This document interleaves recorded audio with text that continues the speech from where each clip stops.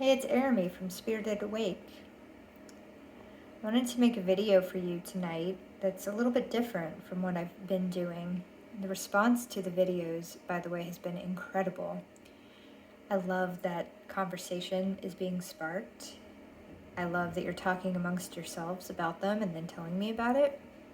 Who else knows what's happening with the short time already? So what I don't want to do is make videos that just me telling you what I think about things, right? These videos, and I was just recently encouraged to embrace this aspect. These are a form of channeling, and it happened with the first video, and I was pleasantly surprised.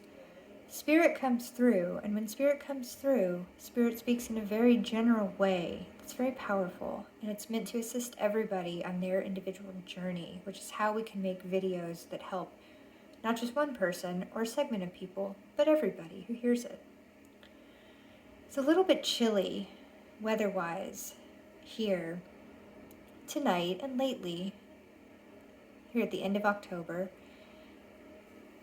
And right here in this scene that you're looking at right now, I've imbued quite a bit of power, comfort, strength, that cozy blanket feel that cooler weather tends to make us want to have like more of that, and just like a little blanket for the self and for the soul, because this journey can be arduous.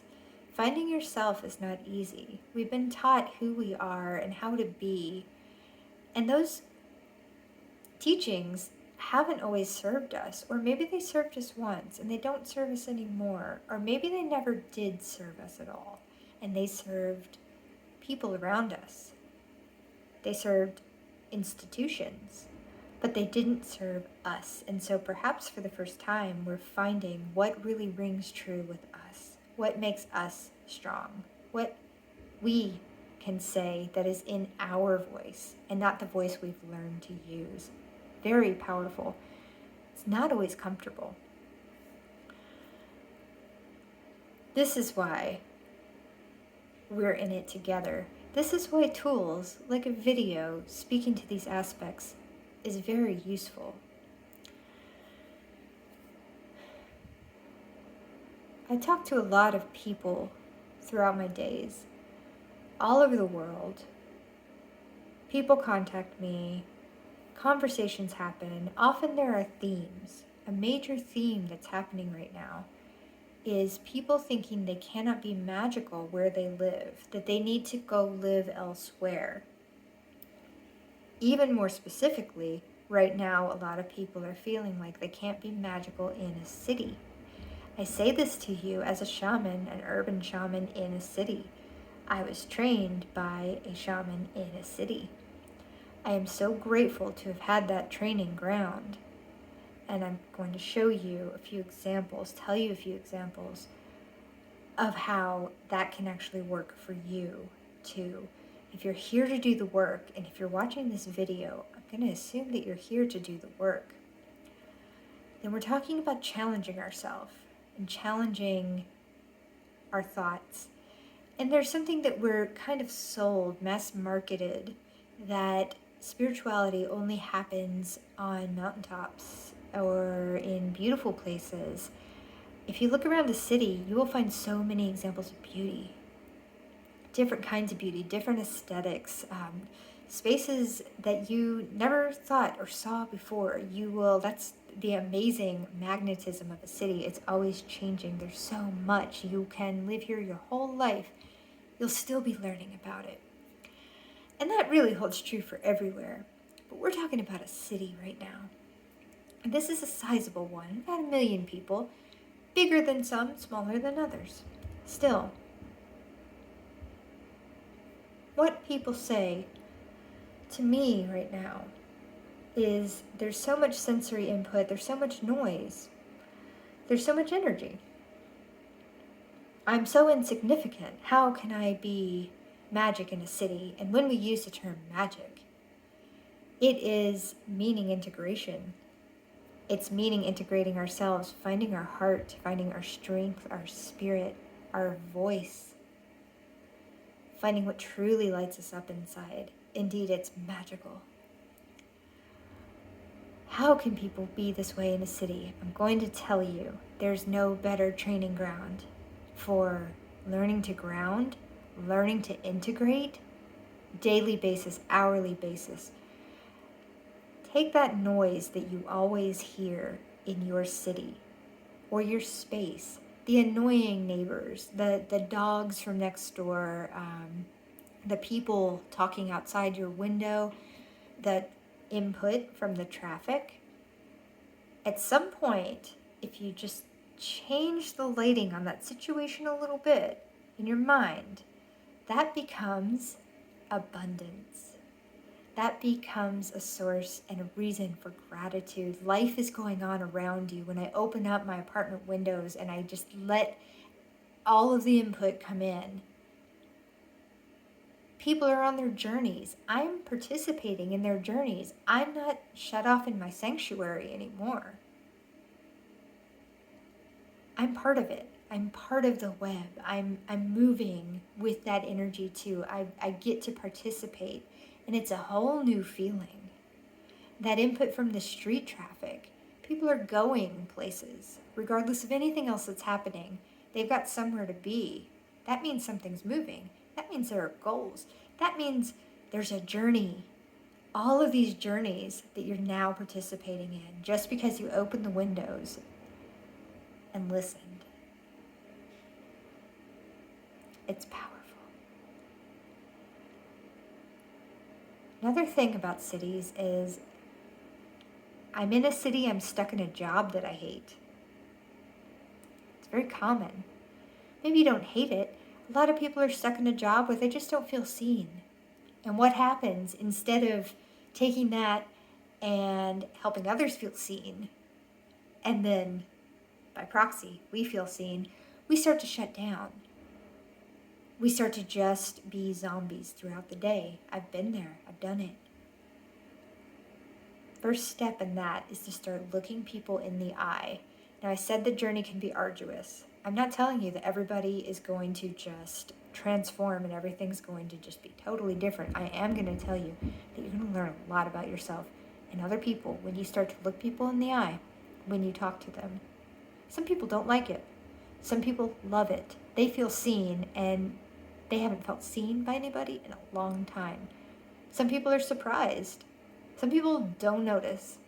Sometimes only you notice that there's a change in you because you have just seen what you're doing. You're conscious about this place.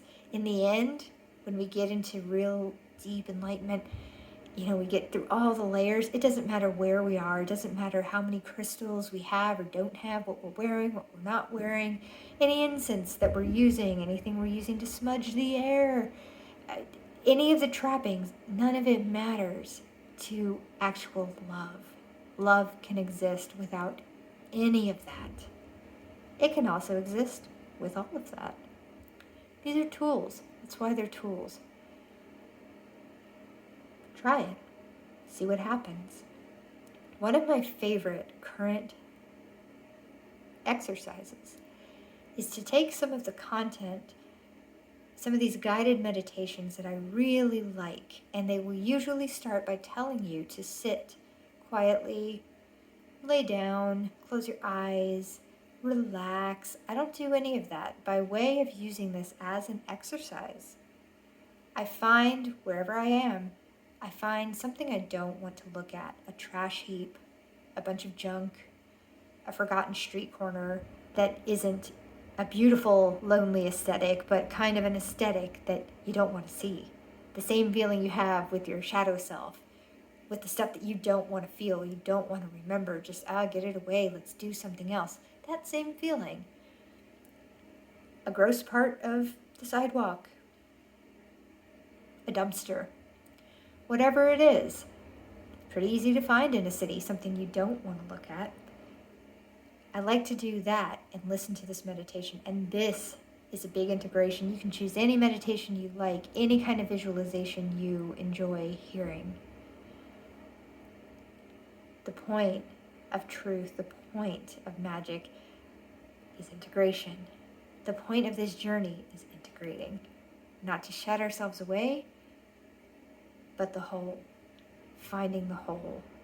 And when we take something we don't like and we start to apply beauty around it, all of a sudden that changes the lighting.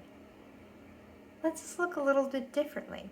Don't be surprised if you do this regularly on a street corner, that abandoned building that really kind of gives you the creeps, that dumpster that's always there, that abandoned patch of sour earth. Don't be surprised if at some point, sooner rather than later, that space, place, object begins to change. Somebody comes and buys that building, starts to renovate it.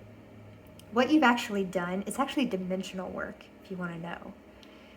You have gone in and created a different template around. Now, it's not something that you can just point to in, regular life.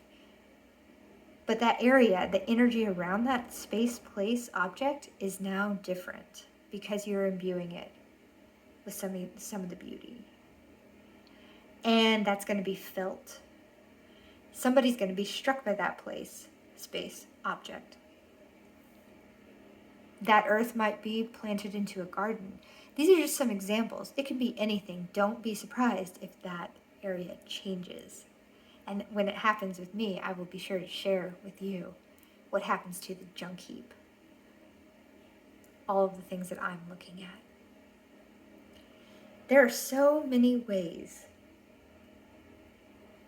to alchemize energy within a city. It's really very exciting.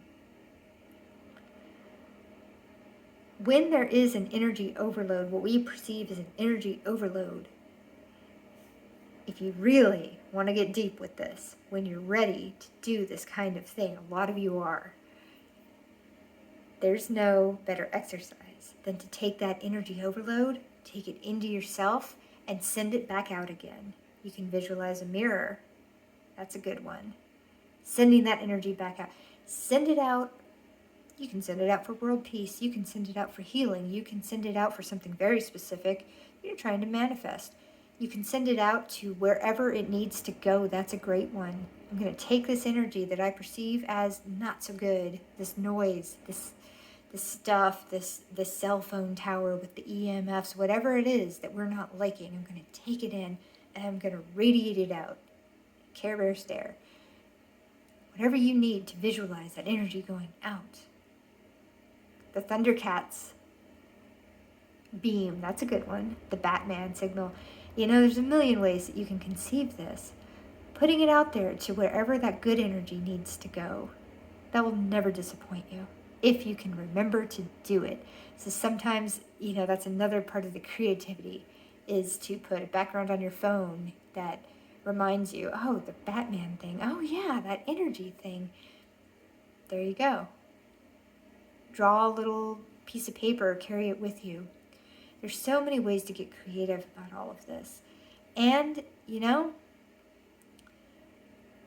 once you have grounded through a city, once you have been able to integrate your energies, I have people tell me all the time, oh, the city is just a distraction. Don't bother. What do you mean, don't bother? This is our community. Wherever you are is a community. It's full of people who need your unique gifts, your talent, your beauty, your kindness, whatever you're bringing to the table. Leaving is not always the way to enlightenment. You can determine for yourself. It's been very exciting to talk about this tonight, and I would love, please post in the comments. Please tell me about it if you're not comfortable posting in the comments yet. About different things this made you think of.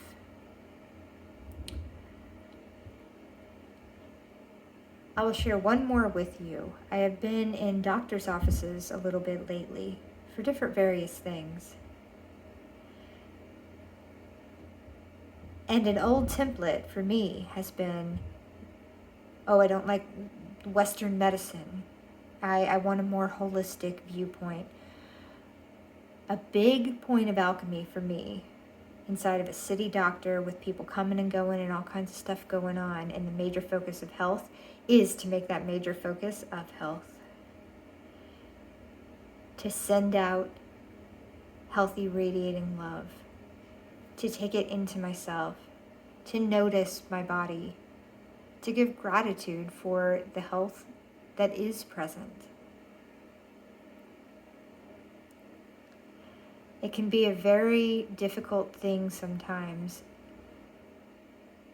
when we have been told and sold on this image of perfection, that we need to be in a space of perfection for spirit to come through and spirituality to take place. It isn't true. It never will be true, because you never will attain that space of perfection. Spirit will come through because you're alive, you're loving, you're loved. Spirit's already there inside of you. Good night.